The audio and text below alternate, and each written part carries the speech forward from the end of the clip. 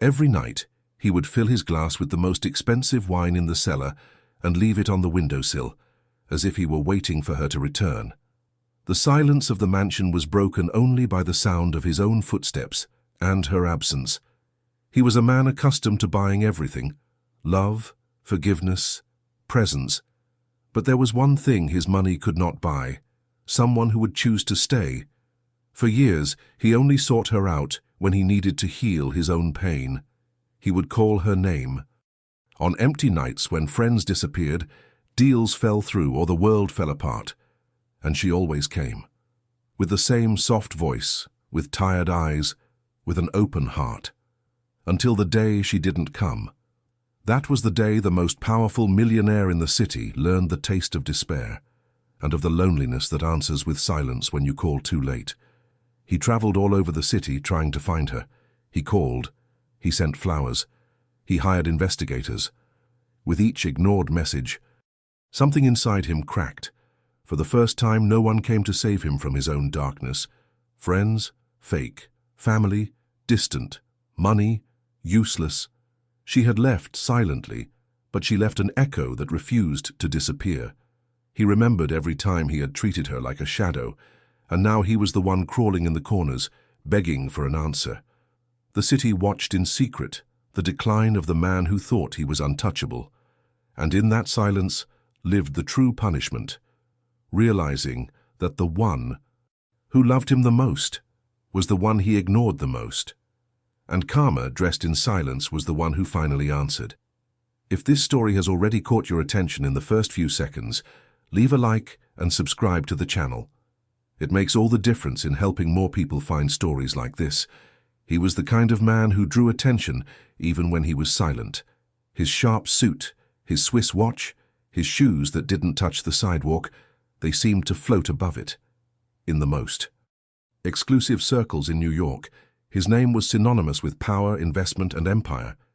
But there was something in Adam Wallace's gaze that no one could decipher, a loneliness disguised as haughtiness.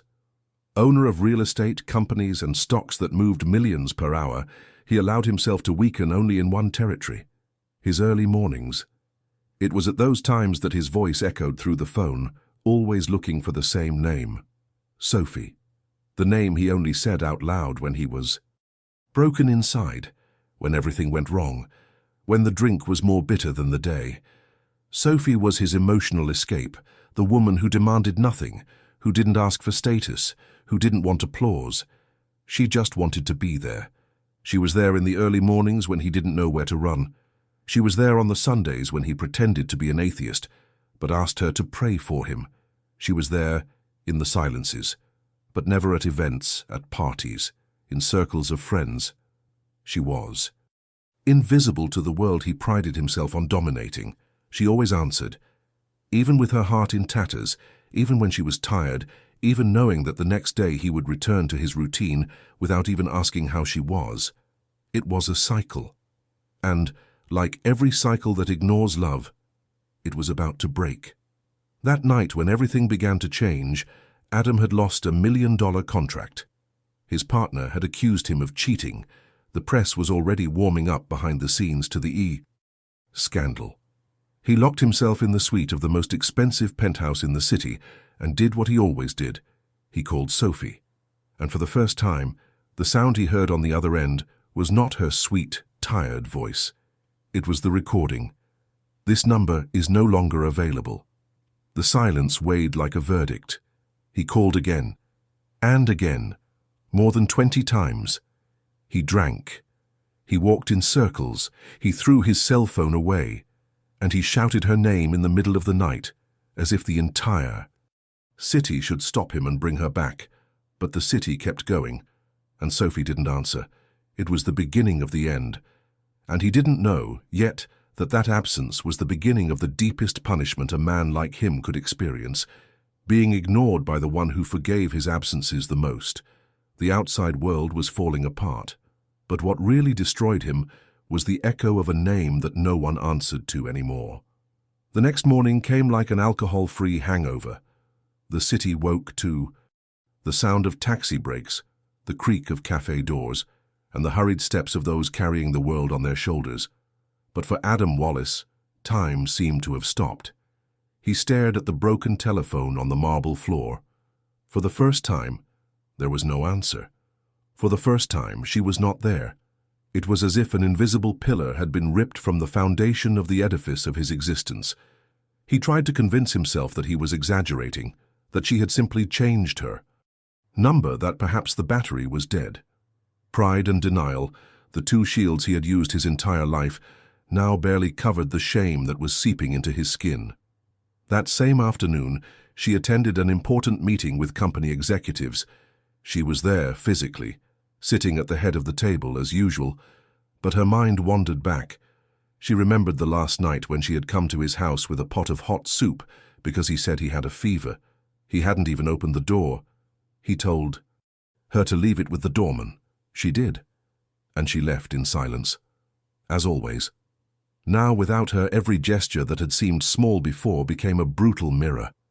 At the end of the meeting, one of the assistants asked if he was okay.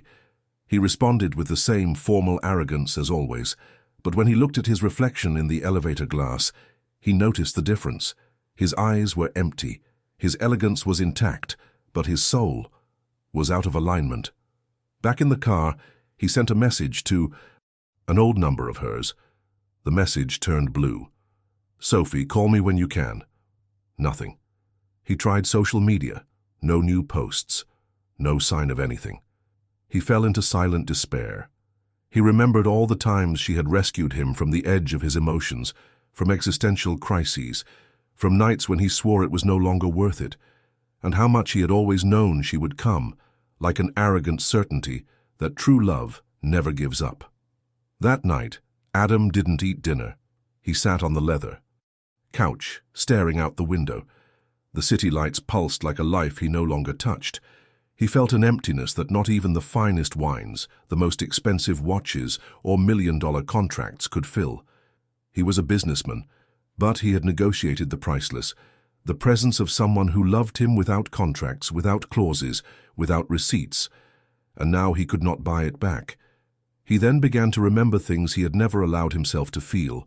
Her hands, always warm. Her voice, which knew when to be quiet. The way she looked at him when he made jokes that only she would laugh at. Her patience in listening to his outbursts, even when he was unbearable.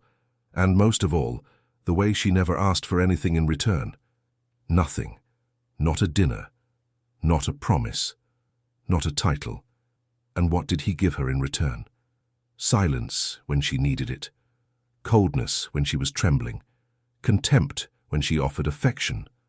On the third night without an answer, Adam felt afraid.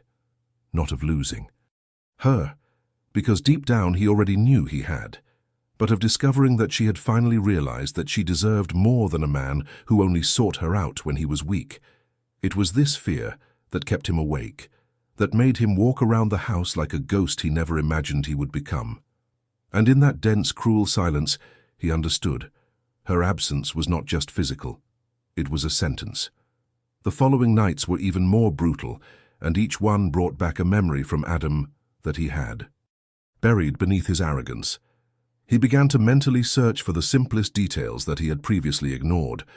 The way she folded her coat when she came in, how she waited for him to finish speaking before answering, how she held back her tears when he told her she needed to stop being dramatic. He replayed like someone watching a movie for the first time, the countless times Sophie had arrived late for work, with dark circles under her eyes and trembling hands, just because she had spent the night beside him after an outburst that no one else had witnessed. She was his emotional secret, and he was her emotional prison.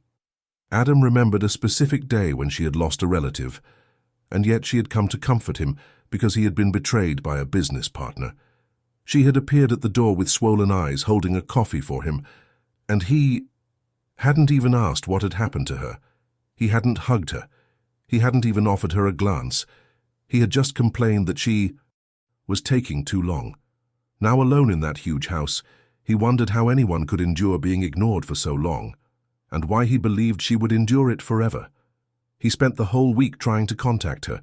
He sent short messages, as if the urgency was only in the text when in fact it was in the whole thing. "Sophie, answer me." Where are you? I can't stop thinking about you. But nothing. The silence was deafening, and with it came the flashes. Him yelling at her because she didn't laugh at a joke he made in front of his friends. Him hanging up on her because he didn't have time for drama. Him making love to her as if it were an emotional release, and then turning over and going to sleep, without even asking how she was. One of the hardest moments came when he reviewed a security recording from the lobby of the building. She showed up, late at night, with a bag. He remembered that night. He had a cold, was irritable, and had no patience. He told the doorman he didn't want visitors. She went downstairs without saying a word. She sat on the bench in the street for almost an hour before leaving. He didn't know about that. He never asked. He never wanted to know. Now it pierced him. As the days passed and her absence became clear, something in Adam began to crack. Business was still going on, meetings were still happening, but he wasn't there. His mind was on every gesture she made that he missed, on every sentence she said that he didn't hear. He began to collect the memories like someone holding water in their hands, and the more he tried to relive them, the more they slipped away. It was the first time that Adam Wallace, the millionaire no one dared to contradict, had cried over something he couldn't buy. The feeling was new, bitter, and it hurt in places he hadn't even known existed. For the first time he asked himself, what if she never comes back? And deep down, I already knew the answer. She started changing much earlier than he could. Tell? It was subtle, almost imperceptible. Sophie no longer answered the first call. Sometimes she let her phone ring until it went to voicemail. She sent short messages, without the emojis she used to have, without the "let me know if you need me" messages. She arrived more seriously, left earlier. And unlike her usual behavior, she started saying no to some visits. He interpreted it as tiredness, as a phase, never as a limit. Because in Adam's mind, she wasn't a woman with her own will. She was someone who existed only to be there when he needed her. One night after a business trip, he came back angry, taking it out on his employees, kicking a glass that had fallen to the floor. Sophie was there, sitting on the couch, with an expression that was a mix of exhaustion and detachment. She didn't get up to greet him or ask how it was. She just looked at him, and in that look lived everything he refused to see. She was emptying herself. Of course, he didn't understand. He asked if she was PMSing. She smiled sideways and said, "It could be, or it could just be sadness." He shrugged. He went to take a shower, and that night, for the first time, she didn't stay to sleep.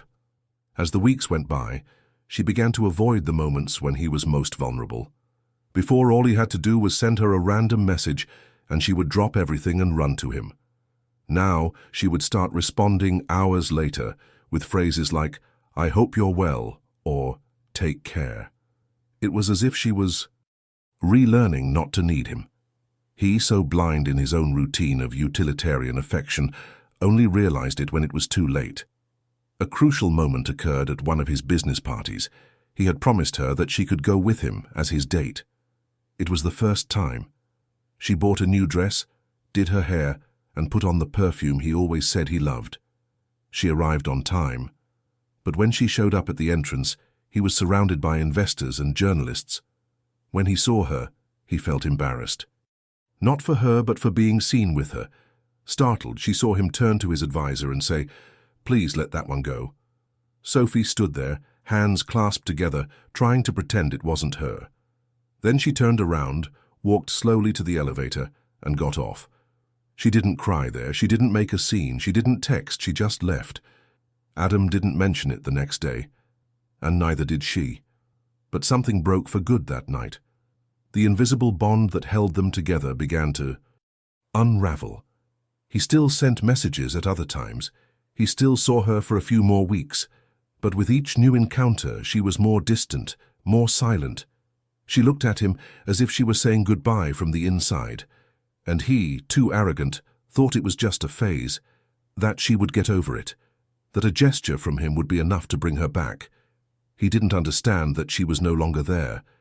Until, one night, like so many others, he sent a message saying, "I need to talk. Come here." And for the first time she saw him, and didn't respond, and didn't show up.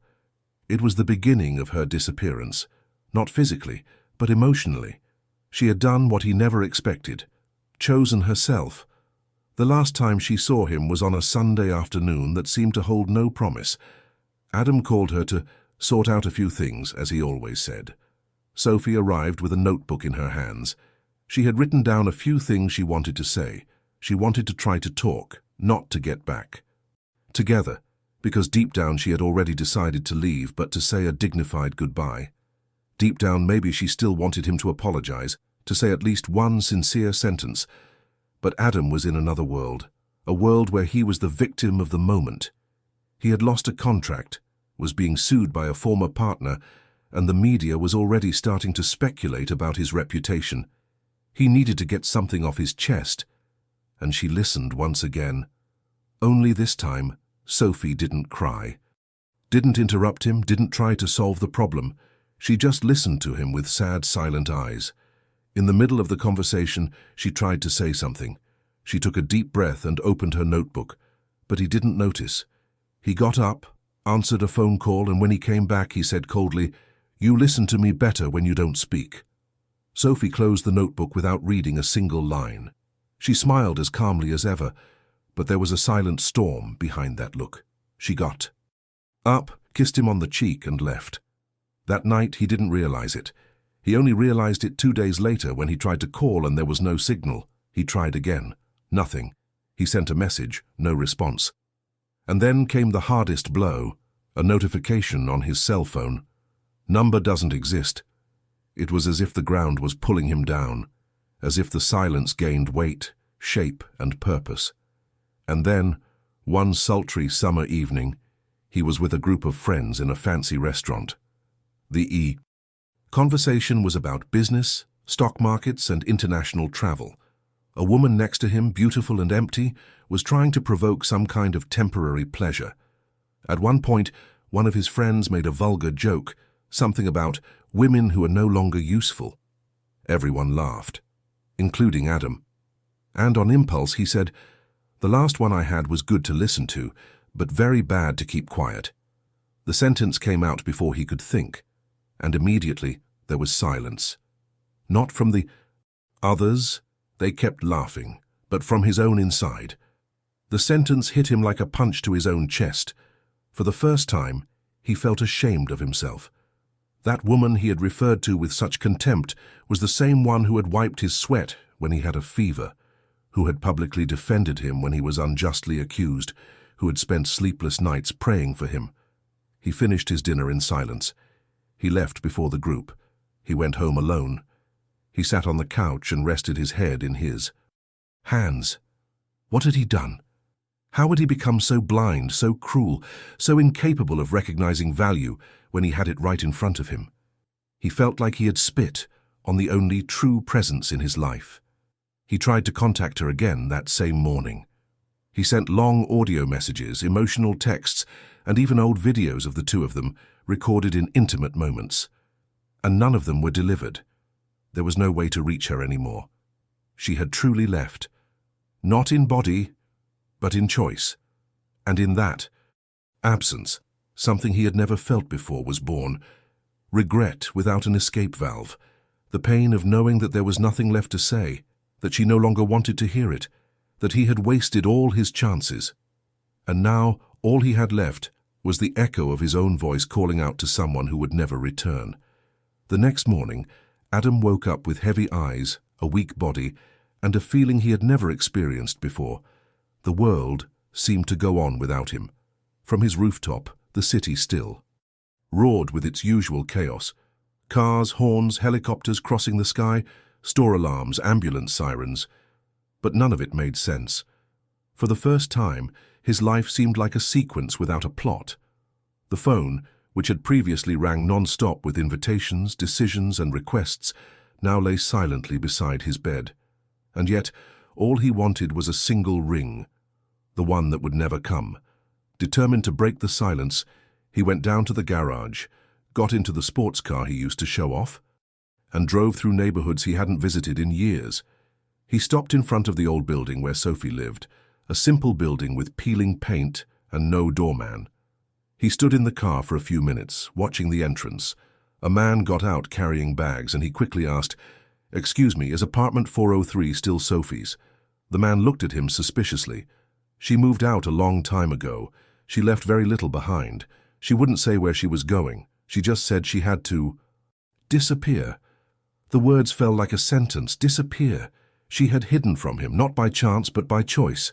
He still tried to find traces of her on the networks. He reviewed old profiles, looked for photos, comments, any mention. Nothing. Sophie had disappeared like a ghost who had finally found peace by getting rid of the house where she had died inside. He hired a private detective. The best. He paid in advance. The order was simple. Find her. A week later, the call came back dry. She was seen in a small town in the countryside. She changed her name. She works at a school. She doesn't seem to want to be found. Adam wanted to scream, to throw the phone against the wall. How could she live as if he had never existed? How could she smile again, work, move on with her life, without him? In a desperate impulse, she asked the detective to deliver a letter. He spent the night writing, words he had never said, sentences she deserved to hear, but at the end of the letter, there was no apology. Just a confession. "I treated you as if you were part of my world, but you were my world, and I didn't realize it." The letter was delivered, and 3 days later, it was returned. Untouched, with a note. "She thanks you, but she doesn't want to open it." It was at that moment that the penny dropped. The Sophie he knew had died, and he was the emotional killer. The funeral had no coffin, no flowers, no sad music. There was distance. There was silence. There was absence. The cruelest form of mourning. Since then, Adam had started acting differently.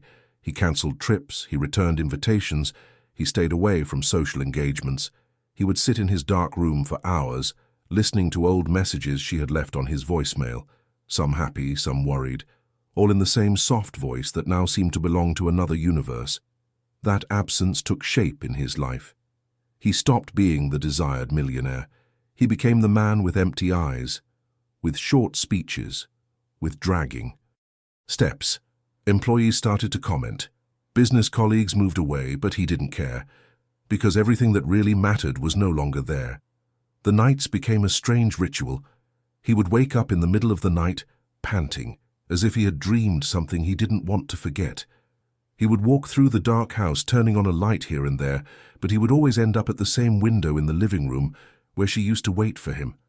He would sit with a glass of wine, the same wine she said she hated, but drank only to please him, and stare into space. At first it was a form of punishment. Then it became an addiction. Not because he expected her to come back, but because he remembered what it was like to be looked at with truth. One of those early mornings, Adam went down to the basement of the mansion where he kept old papers, folders of contracts and documents he hadn't seen in years. He rummaged through it for nothing in particular, but eventually found an envelope. Inside it was a handwritten letter from Sophie, dated 3 years earlier. She had never delivered it. The handwriting was a little shaky, but the words were direct. "If you ever wonder why I left, know that it wasn't for lack of love. It was for self-love. I'm tired of being your emotional hiding place. I'm tired of being your bridge when you never offered me a harbor." He reread the letter until his eyes burned. He didn't cry. He just left the paper on the table as if it were finally an acknowledgement of a debt, an emotional debt that could never be paid.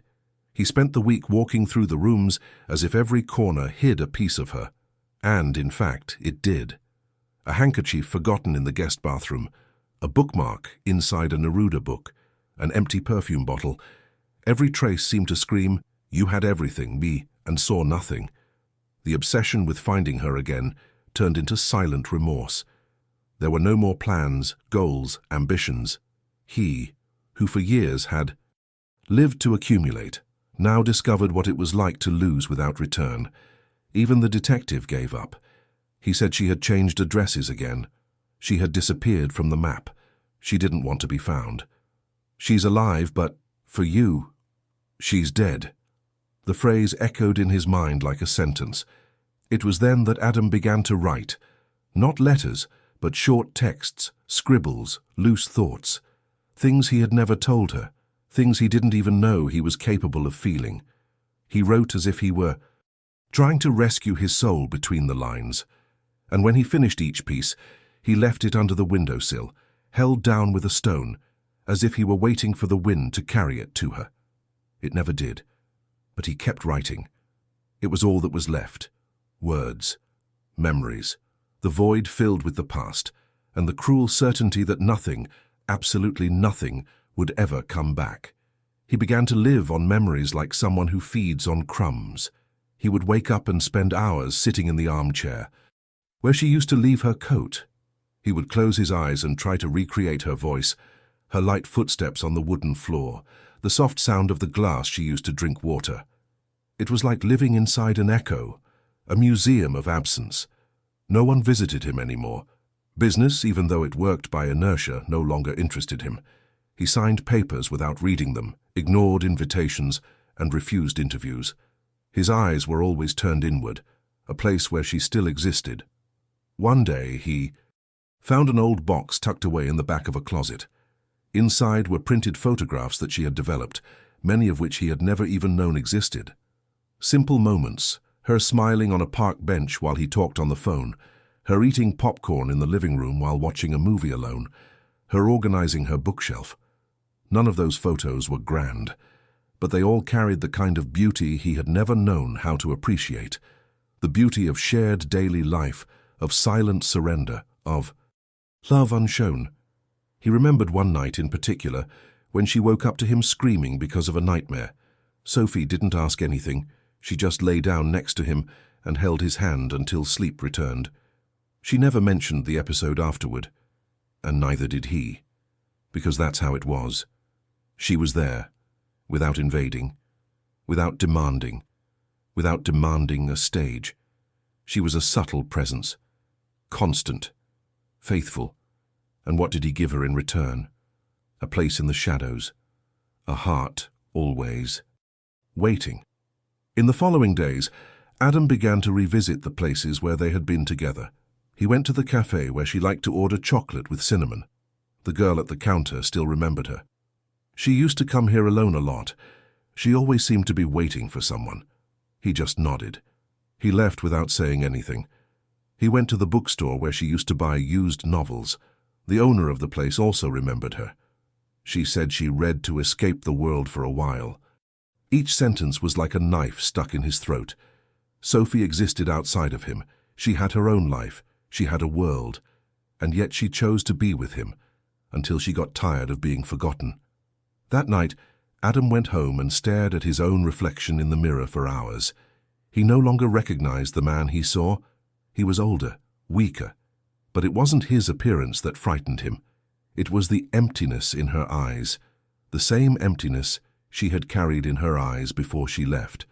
For the first time, he understood what it was like to be the one who waits, who gives of himself and is not seen. Karma didn't come in tragedy. It didn't come in public ruin. It came in the form of a mirror. And now, all he could do was stare at the reflection and listen, day after day, to her silence. The news came in a plain envelope, with no return address, slipped under her door, as if fate had taken pity on her agony. One of the former researchers had been in contact with someone close to her. It was just a sheet of paper folded in half with a few words on it. She's alive, at peace, and she doesn't want to be found. Adam read the message over and over, as if somewhere between the lines there was a hidden code, a loophole to grab onto. But there wasn't. It was final. Then he learned that Sophie was in another state, far from the lights, the noise, the ostentation. She had changed her name, changed her profession. Now she worked as a teacher of young children in a public school, living in a simple house with a garden and a balcony. A quiet, ordinary life, without flashes, without magazine articles, without invitations to events. A life she had always dreamed of, and that he, out of pride and vanity, had never offered her. He thought about going there, by car, by plane, any way he could. He fantasized about the moment when she would open the door, their eyes would meet, and everything would be said in the silence of a glance. But something inside him, perhaps the last trace of respect he had left, stopped him.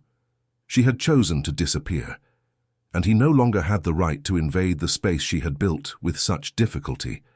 In the days that followed, he began to write more. Each night was a letter, not to be sent, but to ease the guilt that refused to die. In one of them he wrote, "If this letter ever reaches you, I want you to know that I was a heartless man, not because I didn't feel, but because I was too much of a coward to admit how much I needed someone like you." He kept each letter in a locked drawer. He tried to move on with his life, but there was no life left. What existed was routine, a body performing basic functions, a name that still supported companies. But the man behind him was empty. He was invited to an awards event. He declined. A documentary about his career was in production. He cancelled. His closest friends tried to get closer to him. He dismissed them with the same coldness he once dismissed Sophie. What was once charm turned into shadow. What was once prestige turned into silence. One late afternoon, Adam went into the backyard and planted a tree. It was a magnolia sapling. Sophie had always said that she wanted to live in a house with one of those trees out front someday. They bloom quietly and yet they're beautiful. Just like love should be, she'd say. He'd never taken her seriously. Now he dug with his bare hands, dirtying his expensive suit, as if that could redeem years of emotional blindness.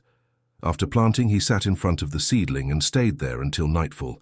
He didn't speak, he didn't cry, he didn't apologize to the wind, he just stayed. And in that silence, for the first time, he didn't feel alone. He felt condemned. The days were darkening inside him like a sunset that refuses to return. Adam no longer waited for news.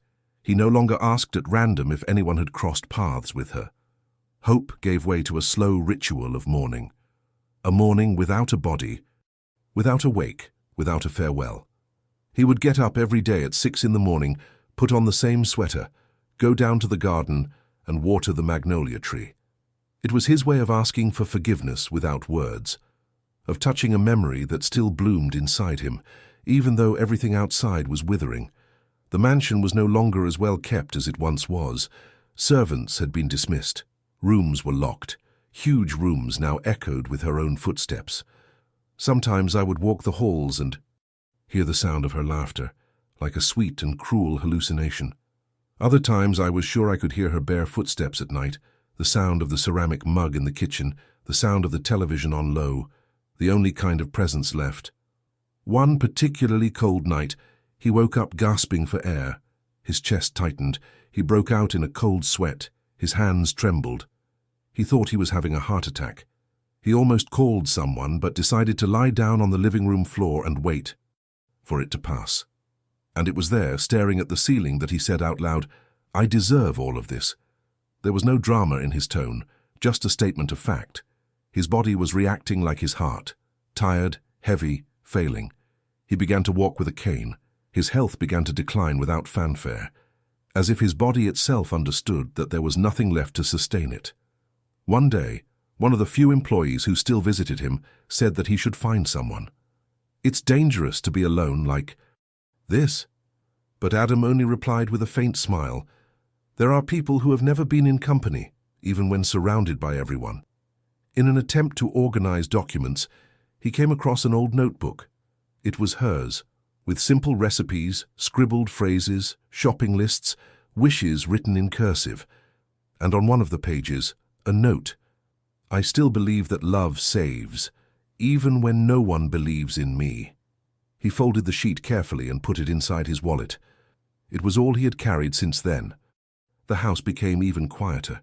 He stopped watching TV. He stopped listening to music. Only the sound of birds in the morning and the wind in the afternoon. The expensive wine no longer had any taste. The food was always lukewarm, without seasoning, without any appetite. And every night before going to sleep he left the window open, as if he expected her to pass by, even if it was just as a breeze. The man who once shouted orders now whispered memories. The empire he had built still supported his bank account, but it no longer supported his soul. Nothing he owned gave him back what he had truly lost, because what is lost through carelessness rarely comes back, and what is ignored out of pride almost always disappears in silence. In that solitude chosen, not by him but by the one he left, Adam discovered that the true punishment is not losing someone. It is realizing that the one who left had already left on the inside long before leaving on the outside. He began to talk to himself. At first, short sentences, mumbled at the foot of the bed or while watering the magnolia. Then, entire conversations, as if she were still there. He called Sophie without realizing it, in a low tone, as if repeating the name of an angel or a mistake. One day the gardener heard him and asked, "Are you okay?" Adam answered simply, "She doesn't listen to me anymore, but I still need to tell her." Every corner of the house was a reminder. The room where she used to sit cross-legged, reading. The staircase where he had last seen her descending without saying a word. The hallway she walked down with light steps to leave before dawn. All these scenes remained alive, not as ghosts, but as silent accusations. The employees said he was becoming eccentric, but in truth he was just regretful, and there is no cure for regret, only coexistence. He began to write in a small notebook that he kept next to his bed. He called it "The Book of Things I Never Said." In it, he wrote down phrases that she deserved to hear. "You are light. I'm sorry for hiding you. I saw you too late." Each page filled was one less brick in the wall of pride. One rainy afternoon, Adam decided to do something symbolic. He took a small, discreet wooden box. Inside he put all the letters he had written but never sent, the bookmark that had belonged to her, a photo of the two of them that he had found in the back of a drawer, and the note she had left him years ago. He buried the box at the foot of the magnolia tree, as if burying something too precious to disappear, but too painful to keep in sight. He stood there for hours, soaked, with the wet earth in his hands, staring at the young tree that was beginning to bloom for the first time. And when the first flower sprouted, white, small, delicate, he knelt down. He cried for the first time without shame. It was not a cry of despair. It was a cry of surrender, of acceptance, of someone who understood that the love he had wasted now lived. There, in silence, in the root, in the flower. That same night he prepared 2 glasses of wine. He placed one in front of the empty armchair. He sat down in the other, and he began to talk to her, as he did when he had crises of conscience, but now with a different attitude. He told her everything. Without rushing, without a mask, without pretense. It was the first real conversation he had ever had in his life, even though he was the only one present.